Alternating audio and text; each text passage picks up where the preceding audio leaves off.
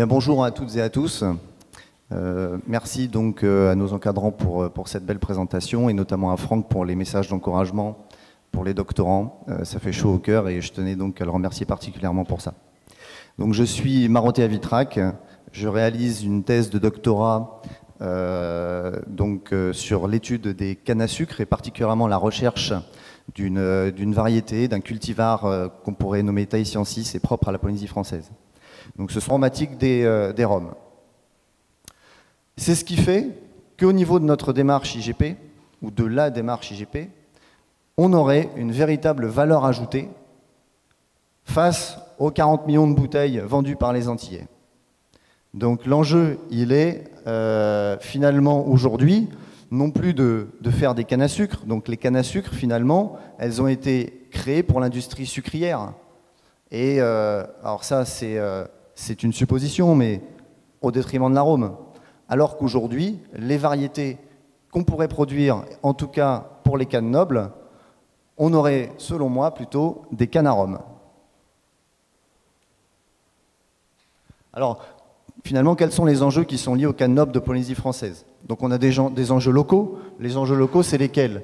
Eh ben, c'est d'assurer la valeur ajoutée pour assurer la promotion d'une filière, une filière en pleine expansion avec 50 hectares aujourd'hui, mais plutôt 150 hectares fin 2021 et encore plus, on l'espère, dans les années qui suivront, avec une filière promotrice d'emploi. Donc ça, ce sont les enjeux locaux.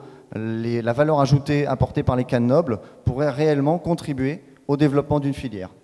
Les enjeux nationaux, donc la promotion de rhum de haute qualité, d'une agriculture innovante, basée sur des techniques agroécologiques, sans glyphosate. Le glyphosate fait débat et on pourrait contribuer à notre petite échelle à apporter notre pierre à l'édifice voilà, pas de pesticides, pas d'herbicides.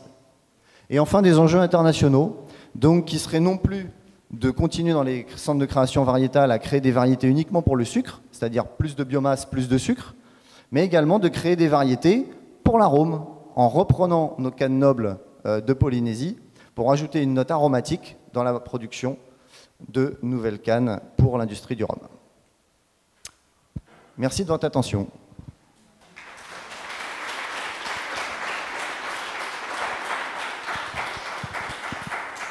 Merci Marotea de cet exposé très intéressant et qui a intéressé tout le monde. On a dépassé un tout petit peu ton temps de parole, mais comme tu es le premier à passer, bon, je ne t'ai pas arrêté, mais pour les autres... 14. D'accord.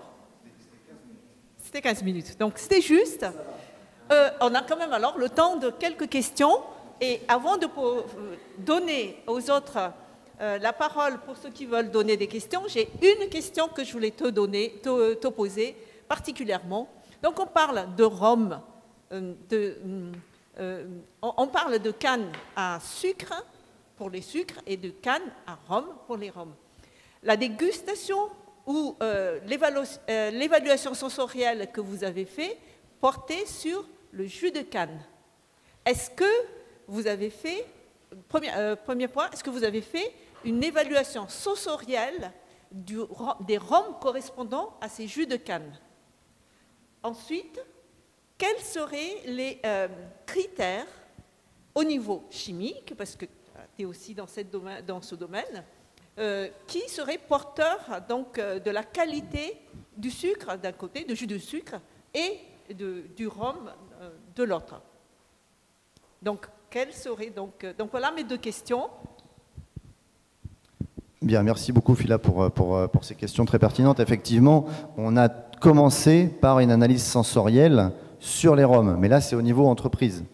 Donc c'est grâce à cette analyse sensorielle sur les rhums et sur les tout premiers rhums qu'on a produits en 2011-2012 à l'échelle vraiment expérimentale, qu'on a vu qu'on avait vraiment des différences. Et ça, c'est ça qui nous a poussé, qui a poussé les entrepreneurs à investir finalement et qui, moi, m'a poussé à m'inscrire en thèse. Parce qu'au début, on avait démarré par une démarche recherche-développement et on s'est aperçu qu'en fait, le sujet était très vaste et qu'il fallait véritablement entrer dans une compétence de recherche. Donc oui, on a fait des dégustations, oui, on a des différences entre les rhums, mais on a fait ça un petit peu, je dirais, sans protocole et donc sans fiabilité. Pour la deuxième remarque au niveau chimique, eh bien écoute, j'ai pas terminé ma thèse. Alors oui, je vous ai pas précisé, mais je suis en 4e année de thèse. Ça peut paraître beaucoup, mais quand on travaille à côté, c'est pas tellement. Et donc, nous sommes en cours actuellement, si tu veux, de réalisation, de partage et liquide-liquide pour isoler finalement les molécules, enfin isoler, pour concentrer les molécules aromatiques donc, qui pourraient se trouver dans les jus, pour ensuite réaliser donc une analyse chromatographique avec une détection de masse de façon à pouvoir quantifier, identifier, selon la littérature, les molécules précisément et pouvoir répondre à ta question. Mais je n'ai pas encore l'information. Ce qui est important de noter, c'est qu'on fait en parallèle des analyses sensorielles. C'est-à-dire qu'on a exactement les mêmes échantillons pour la partie sensorielle que pour la partie chimique. Est-ce que ça répond à tes questions? Juste un point, mais même au niveau bibliographique, littérature, est-ce que tu n'as pas des connaissances un peu par rapport à ce qui est pris habituellement comme critère? Alors aujourd'hui, il se trouve qu'au niveau du rhum, et alors particulièrement au niveau du rhum, puisqu'au niveau du jus de canne, il y a quelques publications, mais au niveau du rhum, c'est très obscur. Et pour la simple et bonne raison que la plupart des rhummiers, ils font tous des analyses, ils ont tous une chromato dans leur labo, mais ils ne partagent pas leurs résultats. Donc je ne peux pas te répondre. Bon, ben, merci. Donc je passe la parole à Madame Frougier. Merci, j'ai une question. Alors effectivement, le sujet de la thèse, c'est véritablement, je vais me focaliser sur la caractérisation du cultivar tahitensis. Donc c'est bien, le questionnement de recherche, il est là. Donc la question, elle est simple, à mon sens. C'est puisqu'on me parle de variétés nobles, donc qu'est-ce qui, scientifiquement, quels sont les critères aujourd'hui qui nous permettent de véritablement définir le cultivar tahitensis, puisque c'est l'objectif de la thèse. En clair, j'ai entendu les descriptions en termes de morphologie, mais effectivement, si on s'était arrêté à la morphologie, c'était valable il y a quelques siècles. Aujourd'hui, nous avons des éléments modernes. J'ai entendu effectivement la partie génétique avec l'arbre phylogénétique, mais j'ai également entendu qu'à chaque fois, dans les critères qui étaient donnés, il y avait toujours, on va dire, soit une formulation du type pas de différence notable avec les variétés modernes, ou en tout cas, ou au niveau génétique, plus proche pour certains, ce qui était en rouge là, plus proche des variétés modernes.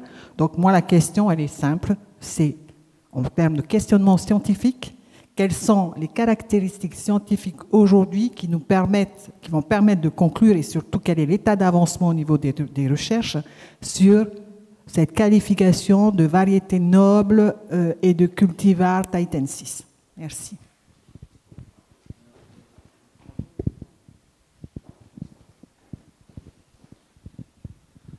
Bien oui, c'est une question très intéressante parce que c'est bien beau de faire tout le tralala, mais au final, c'est un cultivar tahitensis qu'on recherche. Et les résultats, comme je l'ai précisé, sur la partie génétique, ne sont pas consolidés. Donc on n'a pas publié là-dessus. Ce qui va se passer dans les prochaines semaines, c'est que en parallèle donc de cette thèse, il y a une équipe au CIRAD à Montpellier, qui est le CIRAD AGAP, sous la direction d'Angélique Donte, qui est vraiment une sommité en matière de génétique sur la canne à sucre et les bananiers. Et donc, ils ont contribué au séquençage du génome de la canne à sucre, même si c'est une espèce fortement polyploïde. Donc, on a l'ensemble de nos variétés nobles ici, plus les variétés modernes, et encore d'autres, hein, c'est 40 maximum, enfin on a vraiment tapé large, qui ont été envoyés au CIRAD pour séquençage. Et on a également donc, nos partenaires du Hawaiian Agricultural Research Center qui ont une collection avec des échanges entre nous qui ont envoyé les accessions pour génotypage par séquençage. Donc le génotypage par séquençage, déjà, va nous permettre de distinguer oui ou non, est-ce qu'on a un groupe Polynésie de canne à sucre tel que je l'ai présenté. Et donc à l'issue de ça, un cultivar tahitiensis. Mais la finalité sur le cultivar tahitiensis, en mon sens, ne pourra venir que de l'aromatique. C'est-à-dire que l'aromatique, c'est quelque chose de nouveau pour discriminer et pour différencier des variétés, puisque c'est peu étudié jusqu'alors. Et donc, si on arrive à prouver que des variétés nobles, en tapant plus large, hein, en ayant plus de variétés nobles donc, dans notre étude et de différentes origines, on pourra, oui ou non, valider ce résultat et à ce moment-là, proposer d'apposer le taxon tahitiensis. J'espère avoir répondu.